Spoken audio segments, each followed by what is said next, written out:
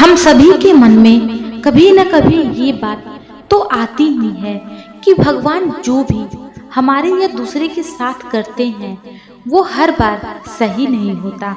भगवान हर बार जो फैसला जिंदगी के लिए लेते हैं वो हमारी सोच के अनुसार सही नहीं होता।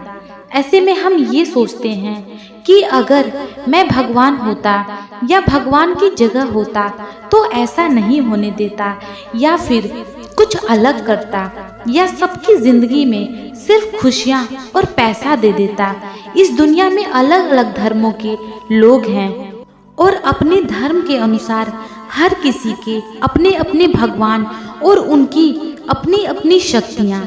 हर धर्म के लोग एक ऐसी शक्ति पर विश्वास रखते हैं जिसके बारे में उन्हें लगता है कि वही उनकी जिंदगी को चलाता है और वही उनके सुख दुख का हिसाब भी रखता है।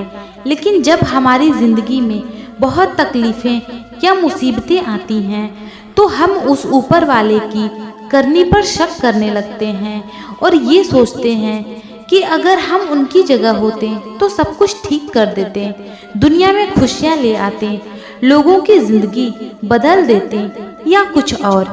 आज इस भगवान की मोटिवेशनल कहानी के जरिए आपको सिखाएंगे कि क्यों हमें ऊपर वाले की करनी पर शक नहीं करना चाहिए। भगवान जो करता है अच्छे के लिए करता है। बहुत समय पहले की बात है। एक गांव में मनोहर नाम का एक व्यक्ति रहता था। वो गांव में रहकर छोटा मोटा काम करके अपना जीवन यापन करता। मनोहर भगवान में बहुत ज्यादा विश्वास रखता था। गांव में जब भी किसी के साथ कुछ अच्छा होता तो वो मंदिर जाकर भगवान से हमेशा उस चीज के लिए धन्यवाद बोलता।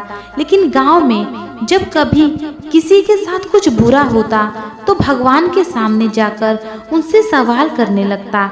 सवाल करने के बाद वो अक्सर ये बोलता कि भगवान आपने उनके साथ अच्छा नहीं किया, अगर आपकी जगह मैं होता तो सब कुछ ठीक कर देता। मनोहर के सवाल करने की इस आदत से तंग आकर एक दिन भगवान उनके सामने प्रकट हो गए। उन्हें देखकर मनोहर आश्चर्य से भर गया। भगवान बोले, मनोहर तुम हमेशा किसी का बुरा होने पर मेरे पास आकर मुझसे सवाल करने लगते हो और ये सोचते हो कि अगर तुम मेरी जगह होते तो सब कुछ सही होता। जैसा तुम सोचते हो ये सब उतना आसान नहीं है। मुझे हर किसी के लिए सही व्यवस्था करनी पड़ती है। एक जगह पर खड़े रहकर धैर्य से लोगों की प्रार्थनाएं, सुख दुख, गुस्सा ये सब सुनना होता है और किसे क्या देना है या किसे क्या लेना है ये सब तय करना आसान नहीं होता। मनोहर बोला, प्रभु आपका काम तो आसान ही है। आपकी तरह मैं भी दिन भर धैर्य के साथ एक जगह पर खड़े रहकर ये सब कुछ कर सकता हूँ। मनोहर की बात सुनकर भगवान बोले, ठीक है, अगर तुम्हें लगता है कि तुम ये सब कर पाओगे तो आज पूरे दिन मेरी जगह खड़े रहकर तुम मेरी जिंदगी जियो।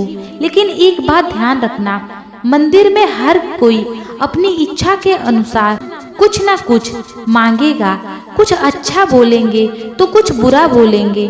तुम्हें उन सब की बातें सुननी है और धैर्य के साथ अपनी जगह में चुपचाप खड़े रहना है और अपनी तरफ से कुछ नहीं करना है। मनोहर मान गया और एक दिन के लिए वो भगवान की जगह पर खड़ा हो गया। थोड़ी देर बाद गांव का एक धनी व्यक्ति मंदिर में आया और भगवान से बोला, प्रभु मैं अपना कारोबार दूसरे गांव में भी करने जा रहा हूँ। आप मुझ पर अपना आशीर्वाद बनाए रखना। प्रार्थना पूरी करने के बाद जब वो धनी व्यक्ति भगवान के पैर छूने के लिए नीचे झुका तो उसकी जेब से पैसों की एक गड्डी नीचे गिर गई। उसने उस पर ध्यान नहीं दिया और चला गया। भगवान की जगह पर खड़ा मनोहर ये सब देख रहा था और उसने सोचा कि उसे पैसे गिरने की बात बता देनी चाहिए, लेकिन शर्त के अनुसार उसने ऐसा करना उचित नहीं समझा।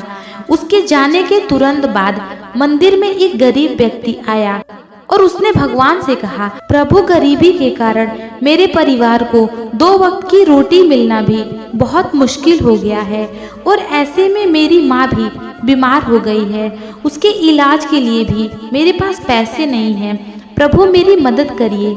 ऐसा कहकर जब वो गरीब व्यक्ति भगवान के चरण छूने लगा तो उसकी नजर उन गिरे हुए पैसों पर पड़ी और भगवान का आशीर्वाद समझकर उसने वो रख लिए। मनोहर इस बार भी कुछ नहीं बोला और उसने गरीब व्यक्ति को वो पैसे ले जाने दिए। थोड़ी देर बाद मंदिर में एक व्यापारी आया जो कि समुद्र के रास्ते अपना व्यापार किया करता था। भगवान के पास आकर बोला, प्रभु व्यापार की वजह से मैं 1 महीने के लिए समुद्र की यात्रा पर जा रहा हूँ। मेरी गैर हाजिरी में आप मेरे परिवार का ध्यान रखना और मेरी यात्रा को भी सुरक्षित बनाना। वो व्यापारी जैसे ही प्रार्थना पूरी करके मंदिर से निकला, इतने में वो धनी व्यक्ति पुलिस लेकर मंदिर में आ गया और उस व्यापारी की तरफ इशारा करते हुए बोला, मेरे बाद इस मंदिर में यही आया और मेरे पैसों की गड्डी इसे ही मिली होगी, आप इससे पूछताछ करिए।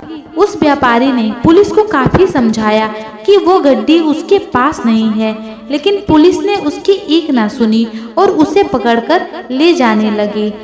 भगवान बने मनोहर से ये सब देखा नहीं गया क्योंकि उसकी आंखों के सामने अन्याय हो रहा था और वो सोचने लगा कि अगर मैं कुछ नहीं बोला तो एक बेकसूर व्यक्ति को सजा मिलेगा और जो कसूरवार है वो आराम की जिंदगी जिएगा।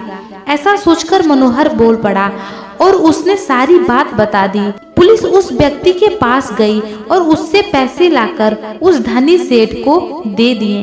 व्यापारी को छोड़ दिया और समुद्र की यात्रा में निकल गया। मनोहर इस बात से बड़ा खुश हुआ कि उसने गलत होने से रोक लिया और जो सही था वही किया, लेकिन इसमें उसने अपनी शर्त तोड़ दी और भगवान फिर से वहां आ गए। भगवान को सामने देख मनोहर ने गर्व के साथ उन्हें सब कुछ बताया। मनोहर की बात सुनकर भगवान बोले, आज तुमने अपनी चुप्पी तोड़कर मेरी सारी योजना को बर्बाद कर दिया। तुम्हें नहीं पता कि उस धनी व्यक्ति ने गलत कामों से बहुत धन कमाया था। यदि उसमें से थोड़ा उस गरीब की मदद में लग जाता तो उस धनी व्यक्ति के पाप कम होते। और वही तुमने उस व्यापारी को समुद्र की यात्रा पर भेज दिया, जबकि कल समुद्र में तूफान आने वाला है जिसमें उस व्यापारी का जहाज डूब जाएगा और वो जीवित लौट नहीं पाएगा। अगर पुलिस उसे ले जाती तो वो समुद्र यात्रा में नहीं जा पाता और उसकी जान बच जाती। वहीं दूसरी तरफ वो गरीब व्यक्ति उन पैसों से अपनी माँ का इलाज करा लेता, लेकिन अब वो जेल में बंद है जिसकी वजह से उसकी माँ का इलाज नहीं हो पाएगा और वो दुनिया से चल बसेंगी। उसका परिवार अब और भी बदतर जिंदगी जीने पर मजबूर हो जाएगा। तुमने सब कुछ ठीक करने के चक्कर में सब कुछ बिगाड़ दिया। ये सब कुछ सुनकर मनोहर को एहसास हो गया कि जो भी ऊपर वाला करता है उसमें किसी न किसी का भला ही होता है और दूसरे के लिए एक सीख होती है। भगवान हर किसी के जीवन के बारे में सोचकर ही अपनी योजना बनाते हैं और उसके जीवन को चलाते हैं। भगवान की जगह लेना किसी इंसान के लिए आसान नहीं है। मनोहर मन ही मन बहुत दुखी हुआ और भगवान से माफी मांगकर वहां से चला गया। ये कहानी हमें सिखाती है कि हमें कभी ऊपर वाले के किए पर शक नहीं करना चाहिए। वो जो भी करता है उसके पीछे कुछ न कुछ वजह होती है। जब भी हमारे संग कुछ बुरा होता है तो हम ऊपर वाले को शक की निगाहों से देखते हैं और सोचते हैं कि मेरे साथ ही गलत हो रहा है, लेकिन कई बार हमें भविष्य में उस चीज से फायदा भी हो जाता है। ऐसा भी नहीं है कि हर बुरी चीज से हमें नुकसान ही हो। कई बार कुछ चीजें हमारे सबक की तरह होती हैं और जिनके होने से हमारी जिंदगी बदल जाती हैं। जैसे किसी के वहाँ चोरी होती है तो ये समझा जाता है कि आगे ऐसा ना हो, उसके लिए क्या क्या सावधानी बरतनी है। उसी तरह कोई चोर चोरी करने के तुरंत बाद पकड़ा जाता है और उसे खूब पीट देते हैं तो ये समझा जाता है कि चोरी करना सेहत के लिए नुकसानदायक है।